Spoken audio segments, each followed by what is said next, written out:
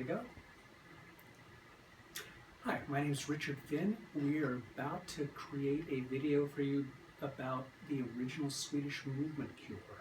This is a very foundational part of the fusion movement system. The original Swedish movements were part of Swedish massage therapy originally. A lot of this material I was able to find written anywhere from 1850 to about 1870. And I was able to pull that out and begin to apply that to what I do. Basically, what I'm worried about here is that massage therapy has lost movement. And throughout history, movement has been an essential part of massage therapy. So the Swedish movement cure is meant to bring back what was originally our heritage.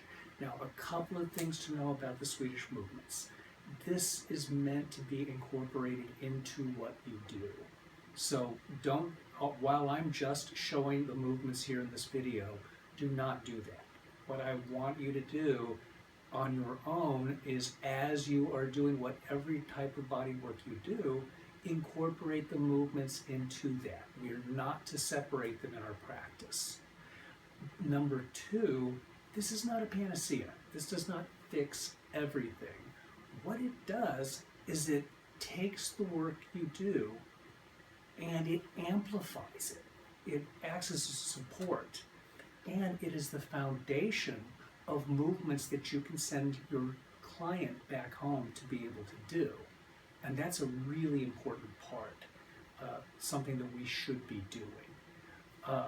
Another aspect of this is, again, the history. Basically, the movements were taken away from Swedish massage in about 1920. That is the last time I was able to locate books that included the Swedish movements.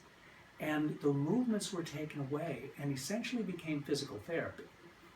And physical therapy quit doing the movements this way because they were overtaken by the polio epidemic, and they needed to focus on strengthening, and they've continued that primarily to this day. And so we have been left as a profession without our own movement discipline. This video seeks to bring that back. We're going to start off with just a postural evaluation of the client.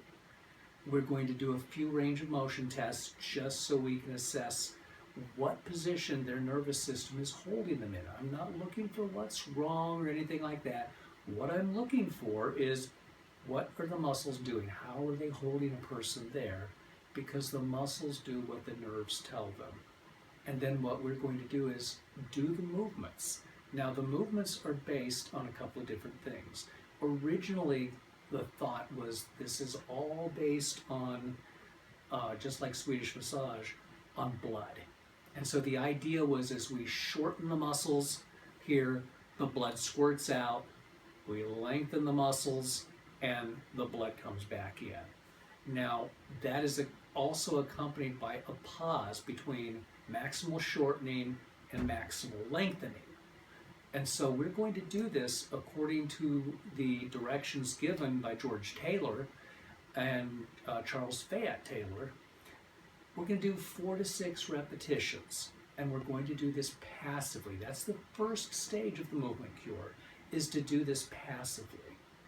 Now, I like to start passively, do whatever my body work is, and then possibly end actively and give the person a take-home program to be able to do.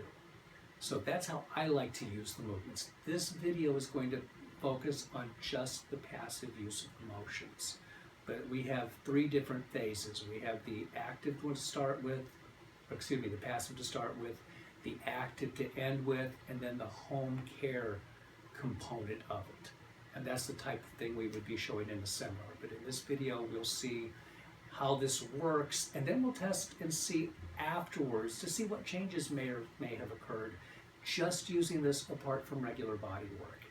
And again, don't do that at home. At home, include body work with your Swedish movements. Let's go on and evaluate our client.